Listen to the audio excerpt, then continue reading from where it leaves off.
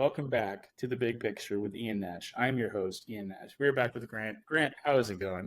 It's going great, and I'm looking forward to today's show. Ghosts, goblins, scary creatures, whatever we're doing. Exactly. So yeah, that's the question. What are ghosts? What are we seeing when we see ghosts or we see apparitions or things move, poltergeist, that type of thing? And what are your personal experiences with ghosts? Yeah, when we talk about ghosts in general, there's so many different categories today. Ghost experts say, from poltergeists to like demonic beings, and everything in between.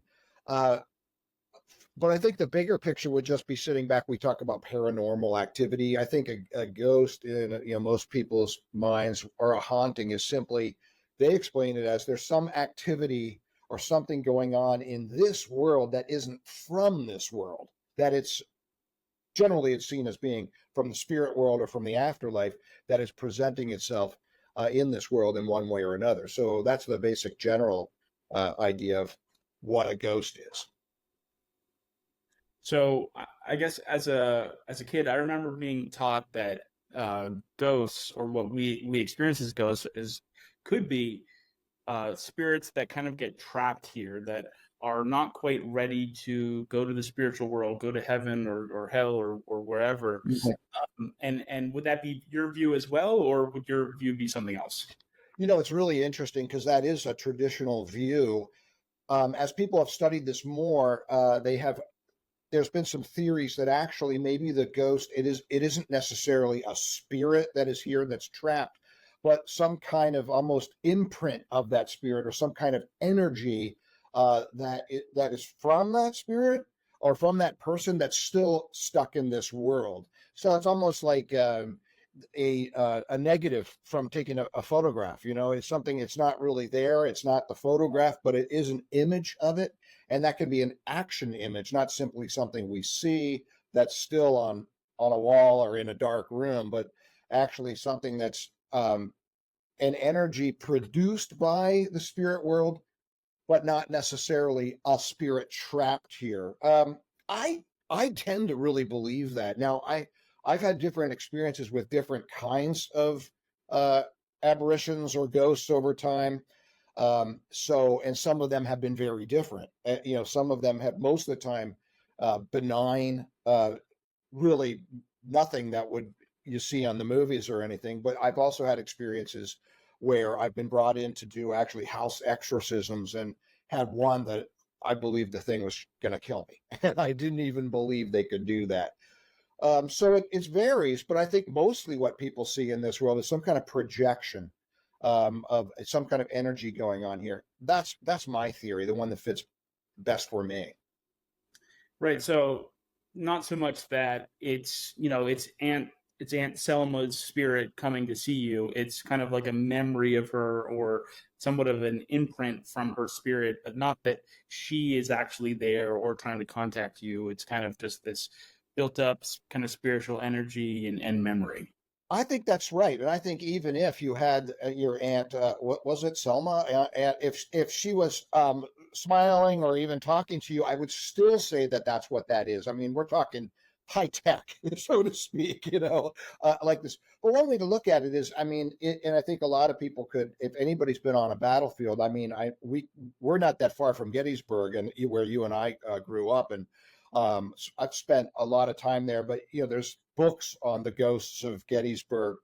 But if you go there and Pickett's charge right there where that happened and thousands of men died all at once, everybody tell you, you can feel it. You can feel the presence of these soldiers, and this it's more than even just sad. There's just a powerful, powerful sphere.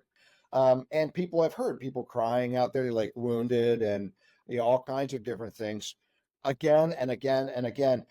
Are they there? I don't think so. That's because of this tremendous thing that happened there, this emotional energy burst, or whatever you want to call it, that some residual, some amazing residual is there now. Maybe even some kind of funnel from the afterlife that's coming in that gives it energy. But it's it was the historical action itself or thing that happened itself that is allowing that to be there and taking place even now. That's a lot of people's theories. I would go along with that one. Yeah, just kind of that these places where these really intense things happen, these really traumatic things happen, that energy isn't just dissipated, like it stays there, Mhm.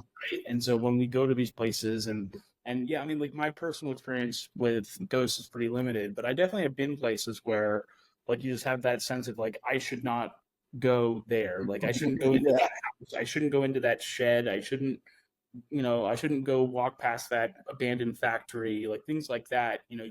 You have that sense of just like the energy of a place is just not good. So yeah, no, that definitely makes a lot of sense. yeah, yeah. I absolutely, and I picked that up a lot. After years of working with this stuff, pretty quickly, like you're talking about, pretty quickly walking into a place and going, "Ooh, there's something going on here." It's not always, I mean, not always nefarious. I think sometimes we can get in we might watch a scary movie and go into a dark room and think we feel all kinds of stuff. uh, but as you're just talking about, yeah, and also there's sometimes this sense that we get that there's something here. Now, most of the time, I find it's something benign. Something is there, but it's not going to hurt you necessarily, but it's going to scare you because it's not something you're used to. Right. So you mentioned a little bit ago you actually were involved in an exorcism. Yeah. That's I. What can you tell us about that? My next book is going to be on this story, so I could say a lot. I'm not going to. So, I just as I was saying, I grew up with some experiences with a haunting in my house, and from there, people writing the art of spiritual warfare, all that stuff. People thought, call Grant Schnarr if there's a problem, you know.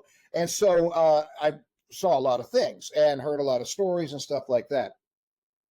But all my life, I mean, even in doing all of this stuff, and even the teachings of Emanuel Swedenborg, who I'm a big fan of, don't talk about necessarily something in this world that can hurt you. Spiritually, maybe. Even Jesus said, "Don't worry about those who can hurt the body, but worry about those who can hurt the spirit." And so I walked into this house. Some people called me up and said, "You got to come over here. All kinds of terrible things are happening." And I'll just say that there was this spirit, this man that was tormenting this teenager. And I mean, saying, standing over them, waking them up and telling them he was going to kill them, things like that. It was very bad. And so I went over there, and one of the things you can do. I mean, we talked about it before. Native American smudging ceremony using sage, burning sage, is something that the Native Americans did to chase away evil spirits. Homesteaders picked it up, and it's been picked up by all people for centuries about cleansing a space. And so I said, I can go over and do that and say some prayers and stuff like that. And she was like, I already did that. Very upset. I could go on and on. It's a great story, but I got over there and there was this thick mist in the whole house and these huge flies that later they told me had come up from the basement and were the weirdest things they had ever dealt with. I looked at the whole place. I walked around. I went into the boys' room and walked into the closet. There was a walk-in closet and was seized by this pressure, almost like all of a sudden I found myself 20,000 leagues under the sea, just crushed. My heart was crushed. And it was killing it. I stepped out and I went, it's in here. And they were like, yes. I mean, this is where the man would walk out of. We found out that was actually that whole room back in the day. This was one of the oldest houses in the whole area. It was a kitchen at one time. And so the whole, so it made more sense that the man was, in the old place with the kitchen or whatever like that. All kinds of things. I don't even know what to say. I had a friend of mine, a psychic who we had done work together, come over. Mace Adams, the retired chief of police of Bernathen, joined us in this. We had our own little Ghostbusters team. Um, and went in and fought with this thing, did battle with it, and it was it was scary. And we finally were able to get rid of most of it. But it was kind of funny. It was almost like working, almost like being um, an exterminator. You go in and we work on it, try to get rid of this energy, and it actually it's like 80% of it left, left, and then there was still 20% there. Worked on it more and more, sweating, dying, got it down to like 2 or 3%, and that was it. It was like, I can't help you anymore. We can't get rid of it. But at the very end, we did. I found what was called in the book I was reading a nuclear weapon, and that was, and I think that was because you take a holy ceremony and you bring up the ghost in the ceremony or this demonic thing, whatever it was, and just say this is for you as well as everybody else here.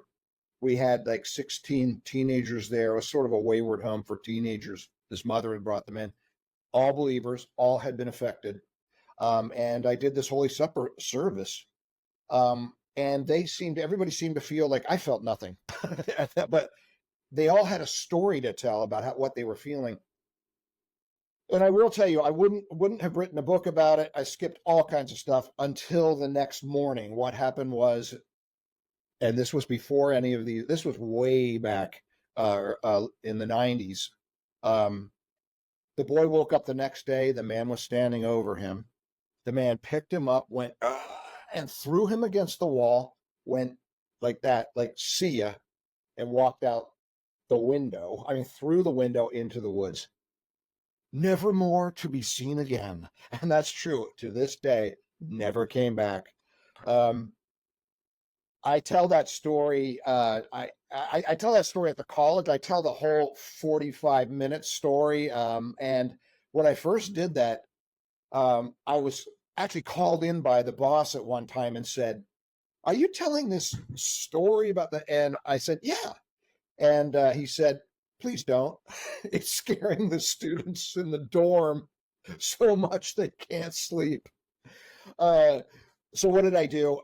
He's gone. So what I do now is I say, they all know it. They want to tell us a story. I'm like, okay, anybody doesn't want to hear it or can't hear that kind of thing, please do leave. And we always have so many leave and tell it. But that's my next book. It's a lot more there. And I know I just took a lot of time. I hope that was fun for people.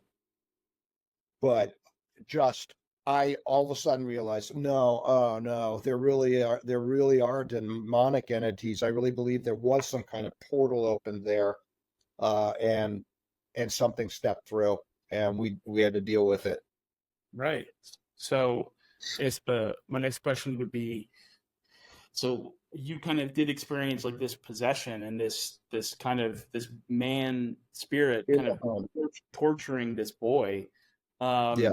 So how does that, because I remember like as a kid being taught like, don't play with Ouija boards because you're weakening the veil between our world and their world, and it's very unlikely that a friendly, positive spirit is going to come through. It's probably going to be some spirit that's trying to affect you in a certain way. So should the average person be worried about getting possessed by a demon, or how does that even start or take place in the first place? Well, that's so interesting. I mean, there's a lot I could say there, but let me first say that when we did a whole study of this house I was just talking about, and there were these three little old ladies who actually grew up their parents owned this house and one right behind it. They rented out this house I'm talking about, and they were trying to look back. They told me all kinds of histories about that house, like it used to be a school, this and that. I mean, and one of them said, sisters, you're looking the wrong way. Don't you remember when we rented it to some college students and they were doing seances over there and something happened and they fled the house? And so I went, oh, so maybe that is where something broke through. They went in and they had painted the entire house this yellow inside, and there was a broken piano in the middle of the room, which the people that I went to talk to heard occasionally. But it may have come about because of that. All right. So No, you're not going to just get possessed. I think a lot of people, it's the sort of thing with the near-death experience. A lot of people are afraid to talk about death because they think if they talk about it, somehow they'll bring it closer to themselves. Well, it's the same with this. Watching a scary movie or talking about these things, you might feel like something's going to appear to you at any moment, but you're no more likely than before you watch the movie that something's going to do that. As you know, Emanuel Swedenborg, 1688, 1772, scientist, theologian, says it is dangerous, and don't try to contact spirits because it's not easy. You can try, and nothing's going to happen. And I think in an earlier episode we talked about some people are geared a little differently. Maybe they are, the veil's thin for them, but I mean your typical whatever, you don't know what you're doing, and you don't know. And so if you keep trying, eventually you just might break through. And that's the kind of thing I teach my students. I mean, like, it's not worth it. Usually when I teach them that day, they go and find a Ouija board and play around with it. So, it's like, come on, folks. But yeah, and I've had a few, I know some people who went that way and have had things happen to them. Heard voices, or one, I was doing I was doing a book tour with Art of Spiritual Warfare. I was in LA, and we started talking about this a little bit. And there was somebody that was working there that wanted to talk to me. Actually, they said, "Can you talk to this person after the show?" And she had this thing that was happening to her that she had been involved in seances and all this, and they contacted a little girl, and a nice, sweet little scared little girl. And I forget, she had a name and all that. Well, that was all fun and cool. And did it really happen? Who knows? Well, she went home and this girl started showing up at her house, like behind the couch, looking out, at her, or different places, and was at first, like, maybe there was a heart thing there. Like, what is this? Oh, she followed me. And then basically it went to just terror. I mean, I don't want this to happen anymore. And she didn't know what to do. Yeah. So what did I do? I mean, there's a couple of things, I didn't go over there. I simply, a lot of times it's, don't give it life. Don't talk to it, ignore it, because oftentimes we're feeding these things and we're making them more real than what they even are. It's different kinds of prayers that could be said, sage the room, that kind of thing. And truthfully, I don't know what happened. I mean, I never talked to her again. I never heard from her again. I mean, I talked to a lot of people about these kind of things, but that was one that, um, obviously, right, is notable, that happened. I Yeah. go on and on. There's other stories as well, but I kind of believe it that, if you're not some kind of special whatever, I don't mess with that stuff. It's not worth Yeah. it. Yeah. So, yeah, I mean, I've never felt like I was at risk of being possessed by anything, and Mhm. I've never been a Ouija board person. I've never done a seance. I don't even watch scary movies. Like, a lot of people can just really enjoy horror Mhm. movies and all that stuff. For me, like, it sticks with me. Like, that imagery sticks with me. So I just Mhm. don't engage with any of that. But I guess my question would be like, so how much influence do evil spirits have on this world?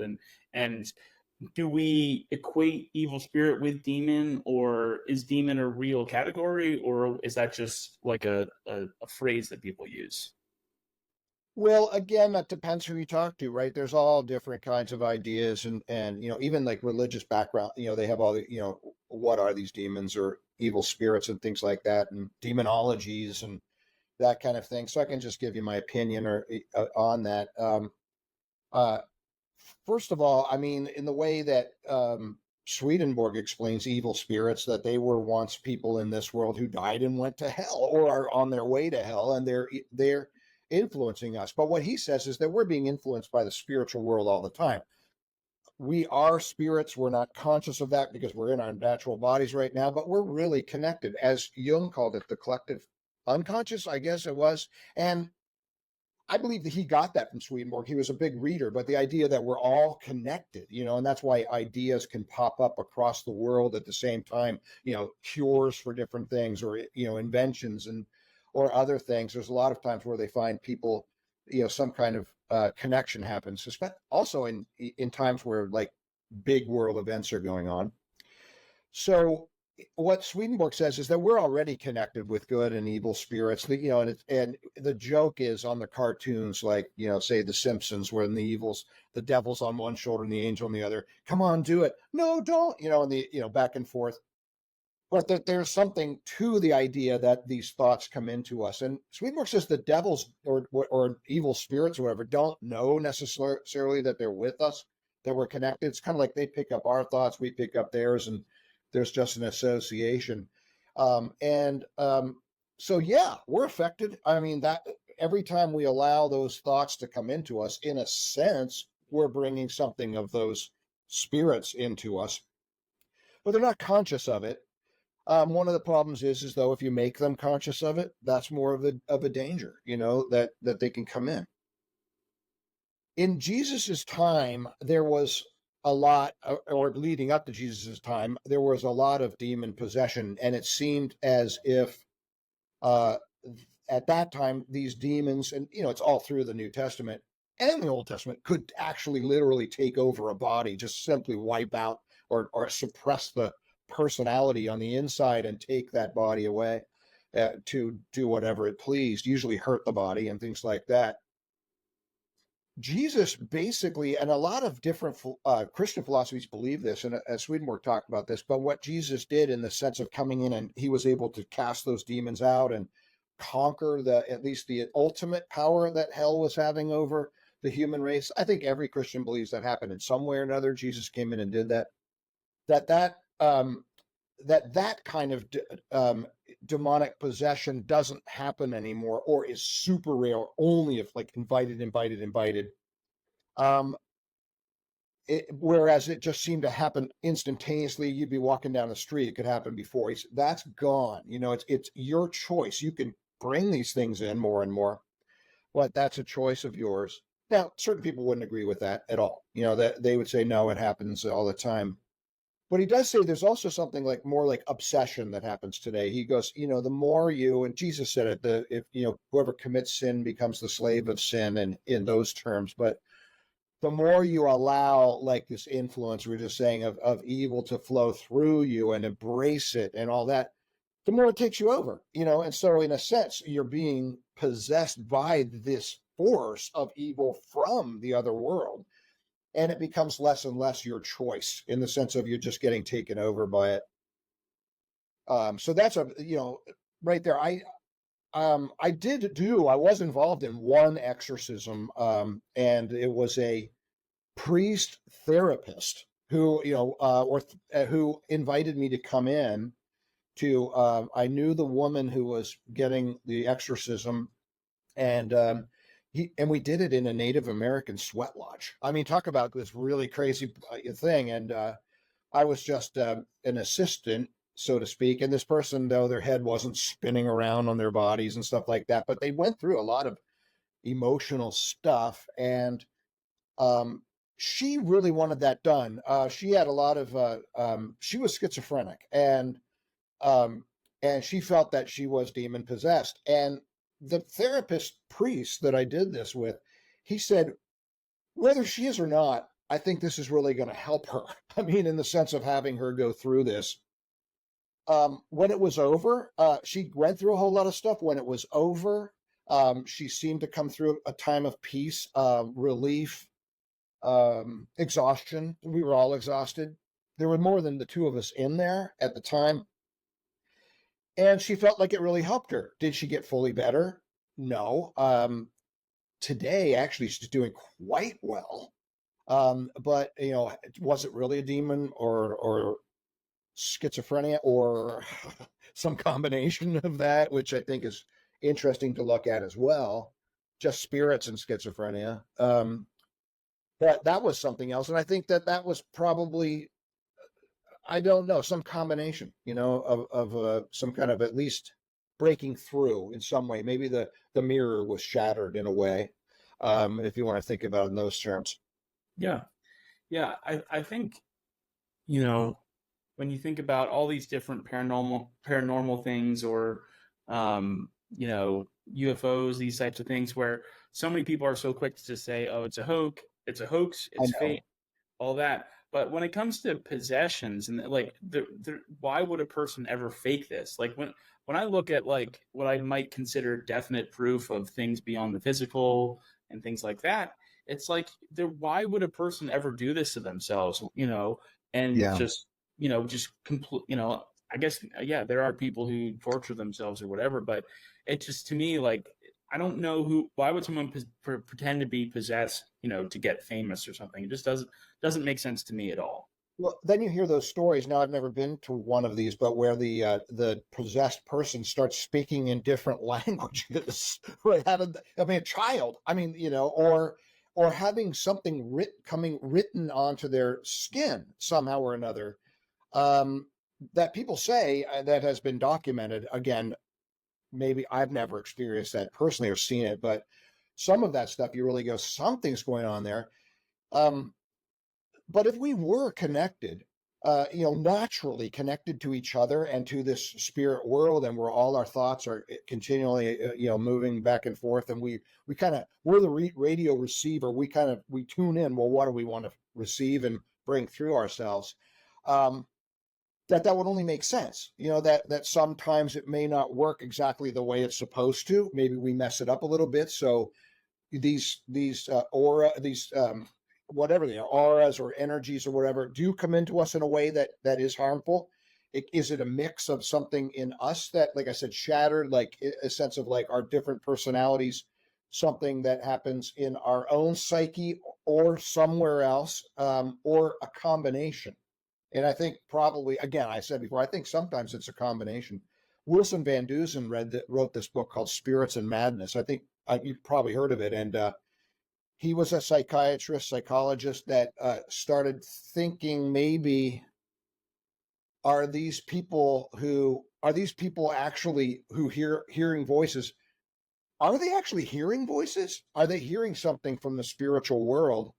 Or is it completely, absolutely something that's just inside of somebody's brain? And I think the answer is yes. I mean, the brain's always connected to what's going on in a spiritual world. But his studies, he really came to believe that actually, no, these people were picking up on it. Other spirits were coming through, and they were hearing things that actually uh, that were real. And I know you'd have to read the book Spirits and Madness. It's just a little book, but Wilson Van Dusen. But it was fascinating. I think there's a lot of work that's been done in that area since. Yeah. And just as I know, like, um, you've mentioned to me like your experiences from your childhood, and just kind of like from a very early age being exposed to just this Mhm. potential of like it not being theoretical to you. Like it's in your life, it's never been theoretical. It's like this is a real phenomenon, whether it is actually spirits or actually something else. Like, to have these experiences and like you have mentioned to me before, like just seeing a record come off the record Yeah. player and fly across the room and break. I mean, Mhm. um, yeah, I mean that's the thing. It's like other people who have never had these experiences can say, "Oh, you're lying," or "Oh, you dreamt it," or Well, "Oh, yeah, some hallucination." But at some point, you just have to yeah. take people at their word. Like, and this is kind of where I Mhm. come down on all this stuff: ghosts, Mhm. UFOs, visitations, all that stuff. Is like, I personally am not comfortable calling every person who's had an NDE, every person who's experienced like a visitation or seen something in the sky or seen a ghost or whatever. I just can't say that all those people are liars. I'm not Mhm. comfortable doing that. So yeah, I think it's very important, like for people who have personally had these experiences, like for you writing books about these types of things Mhm. is really important because we can't just treat all these things as hallucinations. It's really interesting because and I agree completely. When we did that house exorcism, I told you that the chief of police, where they had just retired, was part of it. I at that time was assistant pastor in at the Brenathan Church, which is a big church, as you know, and um, he started. telling everybody about this stuff, like what happened and what we saw. We actually saw it, and people were going like, "Oh, come on," and stuff. I'm thinking, I had to go say, Mace, don't tell anybody that story. They're not. I mean, because I work here. I mean, there's so many people that would not take it credibly. They weren't there. We know it happened, and you just got to stop telling people about it. And so he did. But things are. There's always going to be those people who don't believe. I didn't get a chance to actually tell that story on this podcast. So just really quickly, where I first became aware of these types of things is that we did have a room in our house where we grew up called the New Room. And it's in my book, Ghost Brother Angel, if you want to read about it. And it was simply a presence, a very strong presence in the room. All my four sisters all felt it, believed in it. My parents always said, "Oh, there's nothing in there." But later they confessed that some things happened they didn't want to tell us about. It was mainly just a presence. If you were sad, it would be sad with you, or you happy, it seemed to be happy with you. Most of the time, it never was anything scary. I mean, no, it was scary in the sense that you thought maybe it was going to appear to you, but it never did anything harmful. But what it did do, there were some friends of mine, they're still alive today. They'll tell you, yes, this happened. We knew that there was a ghost in there, and we did, as kids, a seance. Okay, so, and there was the record player that it had a short in it that would go like that. And it seemed to be kind of communicating with us through this short in the record player. Like it would start, we go, "Hey, shut up," and it would go, "Shoot," and it would just stop. So, but it liked certain songs. And so back in the day, it loved Tuesday Afternoon by the Moody Blues. Great song, and when we played that song, it would well up. The feeling in the room would well up very strongly. But when we played this other song called Wild Thing by the Trogs, Wild Thing, You Make My Heart Sing, which Jimi Hendrix did as well, did a great job of that song, by the way. But when we played that song, it was agitated. It didn't like that song at all. And we were sitting there one day, right there the record player was 2 feet from my face when we were sitting there on the wall. And it was playing, we had on a little 45, it was playing Wild Thing by the Trogs, and right above it, ready to come down, was Tuesday Afternoon. And as we're listening to Wild Thing, yes, we felt the agitation. The needle scraped across the record, off the record. Tuesday Afternoon lifted up. Wild Thing came off, flew across the room, and broke on the fireplace. Tuesday Afternoon came down, started playing. And what do you think we did? We went, "Oh!" and we ran out of the room. I think I was probably 13. And I was, talking to my mom. I was scared. What happened? How did that happen? We were all like that. And, my mom calmed me down. So, in some way or another, tried to say either it didn't happen or some weird, whatever. But I remember very, very distinctly saying to myself again and again, it happened. I don't know how it happened. There's no rules that anyone's told me about explaining how it doesn't fit in the rules, but it did happen. And, there were tons of people my age who believed in that particular thing, felt that thing. A friend of mine, Grant Smith, who we would do homework in there every night and this and that. We could pick it out of where it was in the room. A friend of ours, now a good friend of mine, Tom Rose, was in college. He did a senior project in college on this ghost. And we were able to pick out where Grant and I pick out where it was, write it down, and and then compare notes. Like 14 out of 18 times, we knew exactly where this thing was. Later on, which is so funny, it was turned into an apartment. And actually, Jake and Maggie Gyllenhaal's grandmother lived there for years, and she never felt anything. And it just seemed like it went away. Again, sometimes when you mess with something, you wake something up when you mess with a room, and I guess sometimes when you mess with a room, it goes away. I don't know what it was. I have no clue, but I know that it was. And you could call me crazy and them crazy. But maybe I am, but that's what happened. Yeah. Yeah. I mean, I think in a lot of ways we kind of force people into silence on all these Yeah. different topics. It's like in your situation, like you had to tell mates, you're like, hey man, please stop telling people this story because people are going to say you're crazy. People are going to say I'm crazy. I work for the church. Blah blah blah. It's like, when people's like professional livelihood is at stake, like, like obviously, I mean, Yeah. in your situation, you didn't. I don't think you were about to get fired because of it, but for other people it is like, and Mhm. especially when you have police officers and pilots and Yeah. all these people where they're like, do not talk about this, and people who do, and they do get fired and their careers are destroyed.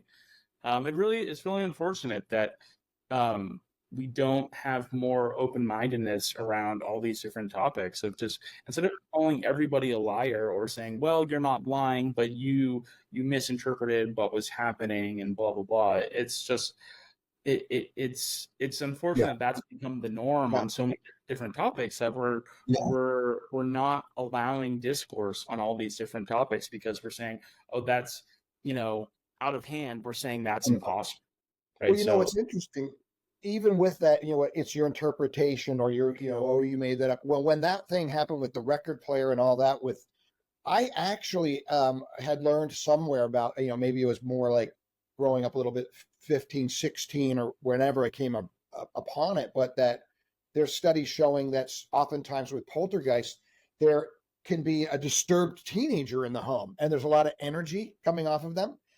And as a teenager, I thought, well, maybe I'm doing this. Maybe I caused that to happen. Just to show you, I wasn't, oh, go, ghost, ghost. I mean, it was like, I don't know how it happened. Maybe it really was some other explanation that someday we're going to find out. Teenagers can, have all this angst and they can throw this energy out in such a way that causes things to fly around and break. But just to show you, I mean, I didn't necessarily want to believe that, I call it a ghost because I couldn't explain any other way. yeah, well, it's true. Everything is teenagers' fault. So That's it. That's it. they never.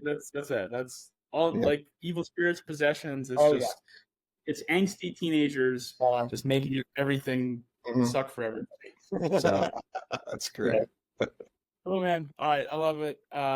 Good stuff, and yeah, we can probably explore this further, and yeah, and There's so yeah, much there. I love obviously I love talking about this subject. So cool. anytime. All right, talk to you later.